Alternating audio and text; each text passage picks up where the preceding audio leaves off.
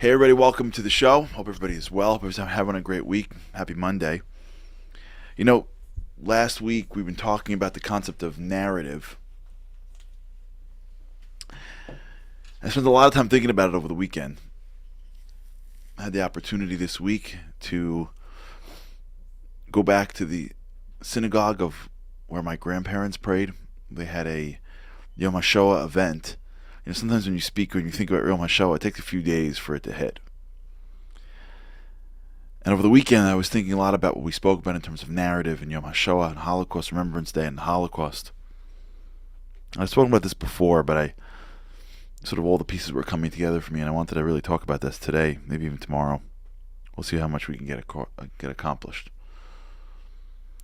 I think that there's a narrative that comes out of Holocaust Remembrance that it's okay, but I think it may be missing the point. You go to an event and then they tell you the story about how we were led to our slaughter like sheep, and then they end with never again. And I'm all for that. I just want to be clear. I'm all for never again. Thumbs up, never again. Totally. But I think it misses the point. And I think about it every single year.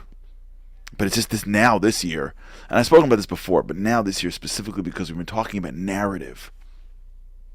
And how narrative means so much. And narrative shapes your thinking, and narrative shapes how you see the world. And the Holocaust is such a massive impact on so many people. And the Holocaust now everyone's grappling with because for the first time there are so few Holocaust survivors left. This is the first I was at a Yom HaShoah event. I've been in Yom HaShoah events for my whole life. This is the first Yom HaShoah, Holocaust Remembrance Day event that I've ever been at.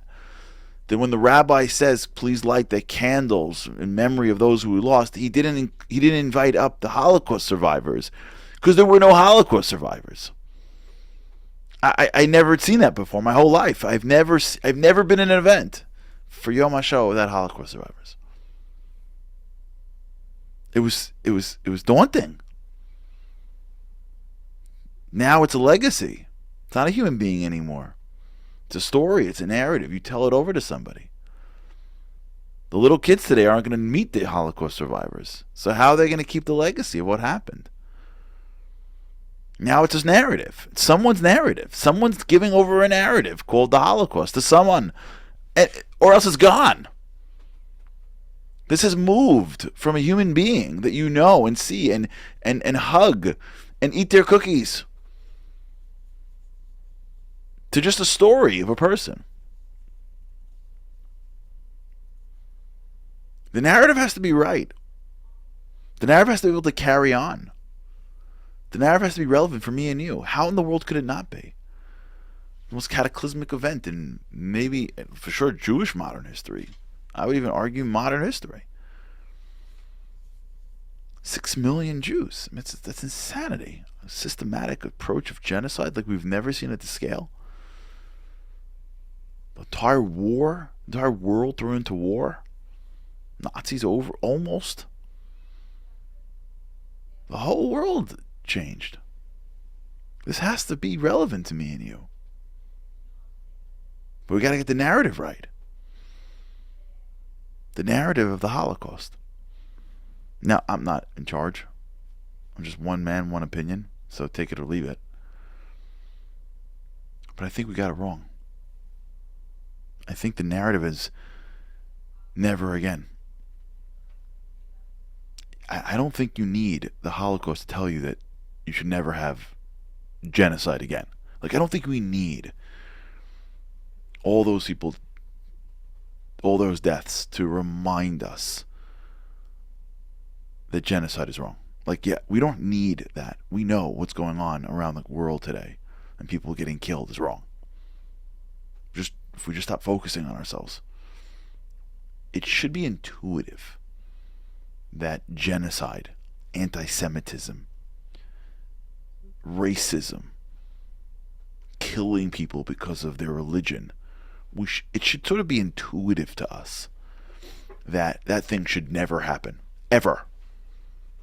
Ever. And when we say never again, and we mean we should never get killed again, yeah, for sure. We don't need a slogan to remind us that we don't need to tolerate anti-Semitism. I'm not knocking it. I'm just saying there's more that we need to take from this.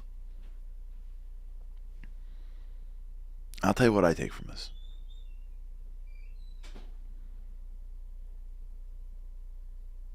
I don't know how they did it. I want to tell you the narrative that I take from the Holocaust. The narrative. Again, I'm not knocking a narrative. I want to tell you the narrative that I take from it. I never got, again, I'm one man, one opinion. I'm just sharing it with you. As a kid growing up, I never, ever, ever felt inspired by never again. Ever. I think that's part and parcel of being a human being. I don't find that to be something you aspire for. That's something that's basics. I'll tell you what inspired me about the Holocaust. My grandparents, Holocaust survivors, somehow lived on. Like, I don't know how. Somehow lived on. They started a family. They started a business. They supported their family. They loved their kids and grandkids. They led prosperous, productive, healthy lives. Despite the worst upbringing maybe ever. Despite what today would be called massive PTSD. They did it without medication, I think. They did it without therapy, I think. They did it without a lot of the services people would have today.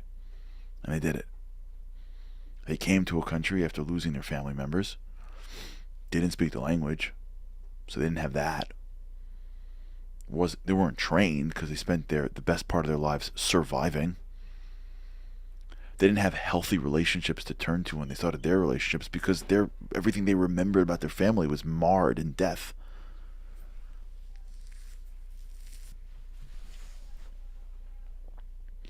Somehow, against every single odd, they built thriving lives. Like thriving lives. The house never lacked. I never felt the horrors. My grandparents' house was filled with absolute and complete love at all times. They didn't go hungry. They had a loving family. When they passed away, they were around. They were surrounded by great grandchildren. That's multiple generations. Healthy, happy, loving family. How?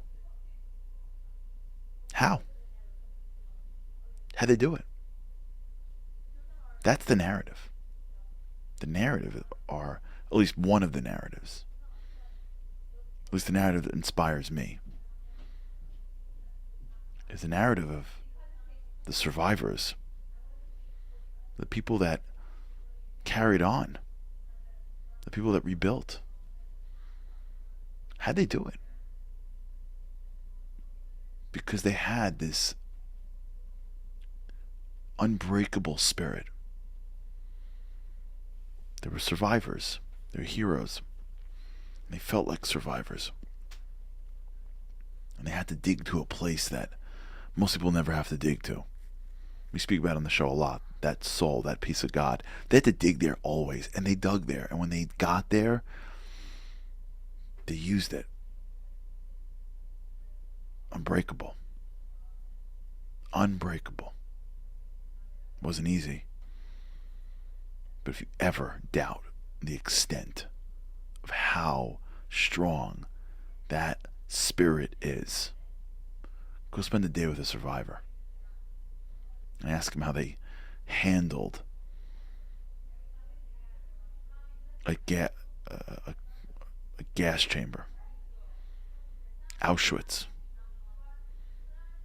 returning to a country that was brand new. How'd they do it all? They have no idea. They won't tell you. But you know what they'll say? We had no choice.